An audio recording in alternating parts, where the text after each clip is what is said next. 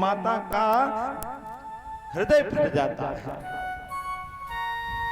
और सुदामा जी ऐसे अयाचक ब्राह्मण हैं कि वो सब कुछ कर सकते हैं, सब कुछ मांग सकते हैं, लेकिन किसी से कुछ मांग नहीं सकते। आज जो है उसी में संतुष्ट हैं। सुदामा जी तो केवल एक ही बात कहते हैं, सुदामा जी जैसा न कोई संतोषी हुआ है, न भविष्य में कभी होगा। गोधन गज धन बाज धन और रतन धन खान, जब आवे संतोष धन सब धन धूर समान। आज जब उन बिलखते हुए बच्चों को देखा तो मैया का हृदय फट गया। गरीबी बड़ी खराब वस्तु है। आपको एक वास्तविकता का दर्शन करवाएं हम कि एक समय ऐसा था कि हम लोग एक ट्रेन से यात्रा कर रहे थे। हम थे और हमारा मित्र था, और उस ट्रेन की बर्थ पर सामने मैंने देखा क्या कि एक कैंसर से पीड़ित व्यक्ति सामने बैठा हुआ था। उसके साथ में उसकी एक पत्नी थी, उसके साथ में उसके 3 बच्चे थे, जिसमें 2 बेटे थे और 1 बेटी थी। आज जैसे ही हम लोग उस ट्रेन की बर्थ में सामने बैठे तो मैंने देखा क्या, मैंने देखा कि सामने बर्थ में जो व्यक्ति है बहुत पीड़ित है। हम लोगों से रहा नहीं गया। हम और हमारे मित्र थे, हमने पूछा, अरे माताजी क्या हुआ इनको? तो उस महिला ने मुझे बताया कि हम आपको क्या बताएं, कैंसर से पीड़ित हैं हमारे स्वामी जी, हमारे पतिदेव। और मेरे घर वालों ने, मेरे परिवार वालों ने मुझे पहले तो ये कहा कि तुम अपनी घर प्रॉपर्टी सब बेचो और हम सब आपकी मदद करेंगे। धीरे धीरे मैंने घर भी बेच दिया, अपनी खेती भी बेच दी, अपना मकान भी बेच दिया, सब कुछ इनके ऊपर लगा दिया।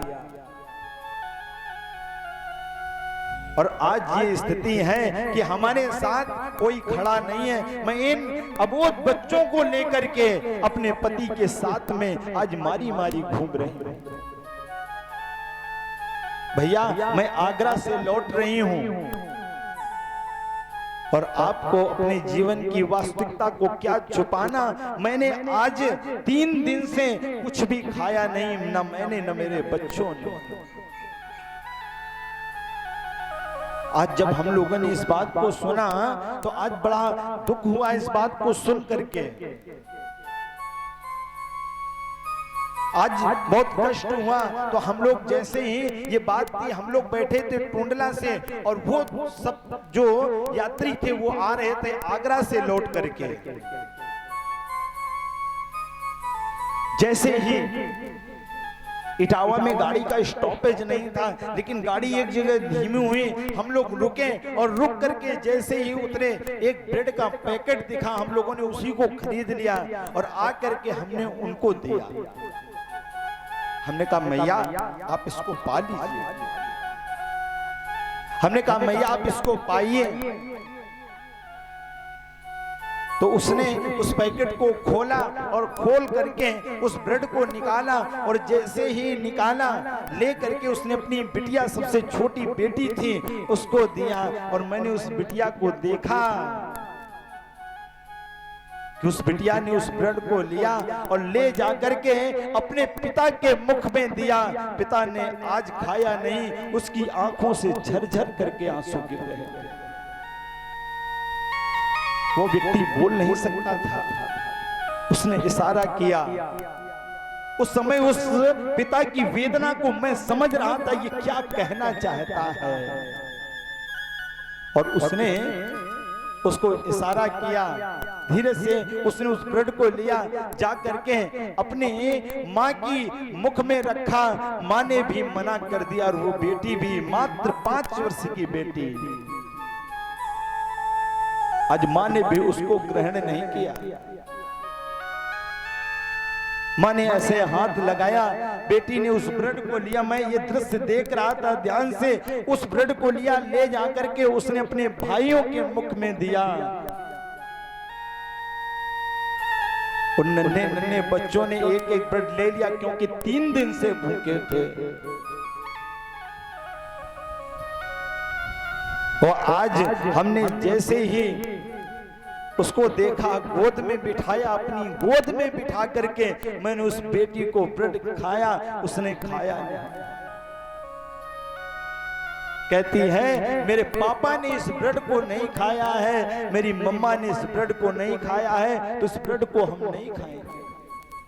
उस बेटी ने भी नहीं खाया है।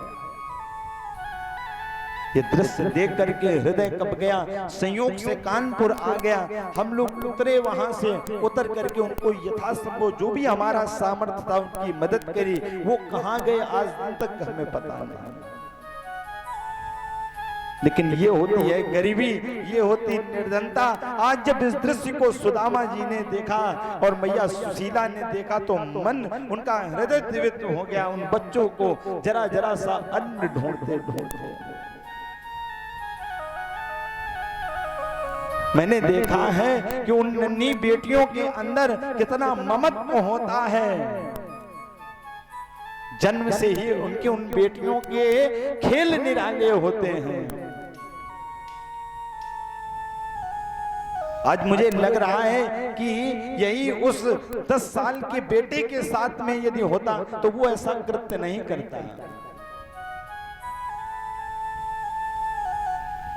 आज उन्हीं बेटियों को समाज में उनके साथ में अभद्र खेल कर दिया जाता है, उनका अपमान कर दिया जाता है। गर्भ में बेटी को पता करके नष्ट कर दिया जाता है।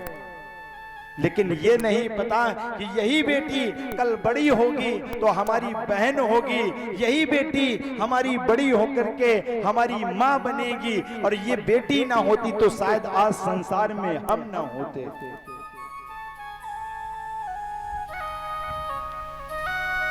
किसी कवि ने बड़ी सुंदर बात कही बिटिया के ऊपर। कहते हैं बिटिया वर की वरदानी बने, बिटिया वर की वरदानी बने, समता ममता की कहानी बने, बिटिया वर की वरदानी बने। वही बेटी जब विवाह होकर के दूसरे घर जाती है तो एक पिता की उम्मीदें होती हैं, नित्य सास की सेवा की शोभा बने, पति की रति की अगवानी बने, सुख के हर साज सजाते हुए, दुख में खुशियों की निशानी बने। आज चाहे भी अपने ससुराल में कितना भी दुखित हो, और यदि उसे पता चल जाए, कितनी भी तकलीफ हो, पता चल जाए कि आज पिताजी की तबीयत अस्वस्थ है, तो वो बेटी सब कुछ छोड़ करके चली आएगी। मन मानस की कुटिया में पली, बेटिया वर की अगवानी बने। वही बेटी है जो सेवा करके अपने माता पिता का दिल जीत लेती है, और जब लौट करके पिता उसके घर जाता है तो उसके सास ससुर कहते हैं, अरे मिश्रा जी, अरे त्रिवेदी जी, अरे तिवारी जी, आपकी बिटिया ने तो हमारा दिल जीत लिया। और इस नासमझ संसार को क्या कहें, ऐसी बेटियों को वो इस संसार में नहीं आने देते। वो सोचते हैं कि जो हम कर रहे हैं ये संसार, ये परमात्मा देख नहीं रहा है। वो नासमझ हैं लोग। वो परमात्मा अपने कैमरे से सब कुछ देख रहा है। वो अपने कैमरे से जिंदगी के सीन लेता है। वो अपने कैमरे से जिंदगी के सीन लेता है। वो अपने चाहने वालों के दुखों को बीन लेता है। कभी भूले सी भी बेटी को गर्भ में तुम मार मत देना, वो बेटी मारने वालों से बेटा छीन लेता।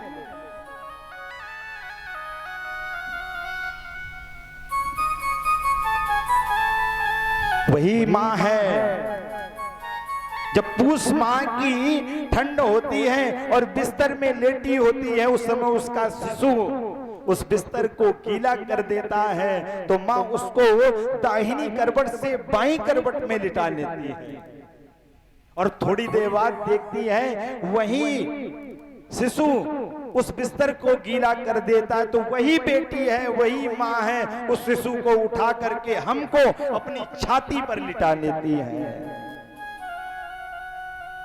महापुरुष कहते हैं कि संतति की गोद में सुलाती खुद गीले पर,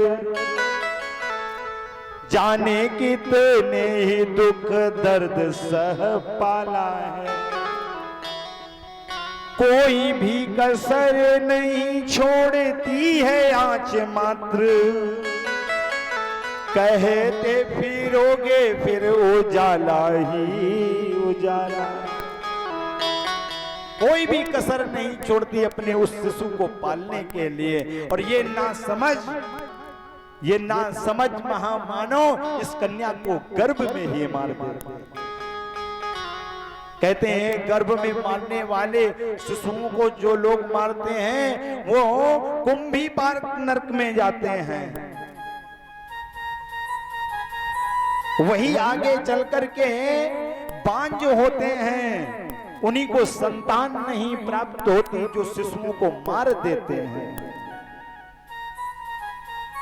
आज विचार करो, यदि वो बेटी ना होती तो हमारी बहन कहाँ होती, यदि बहन नहीं होती तो हमारी घर में वो बहू कहाँ से आती, वो बहू ना होती तो वो माँ कहाँ से होती, यदि वो माँ ना होती तो हम कहाँ से होते। इसलिए माननीय प्रधानमंत्री जी भी हमारे यही कहते हैं, बेटी बचाओ बेटी पढ़ाओ। आज जब उस मां ने देखा अपने बच्चों को बिलखते हुए तो उसका हृदय फट गया। हाथ जोड़ करके कहती हैं सुदामा जी से, हम आपसे एक बात कहें। बोले क्या? बोले हमने सुना है कि आपके मित्र सुदामा, आपके मित्र द्वारिकाधीश कृष्ण हैं।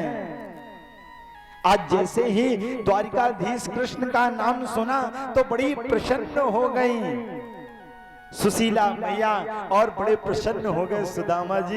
अरे पगली, तुझको किसने बताया? नहीं नहीं स्वामी, हमने सुना है कि आपके वो मित्र हैं। हम चाहते हैं कि आप एक बार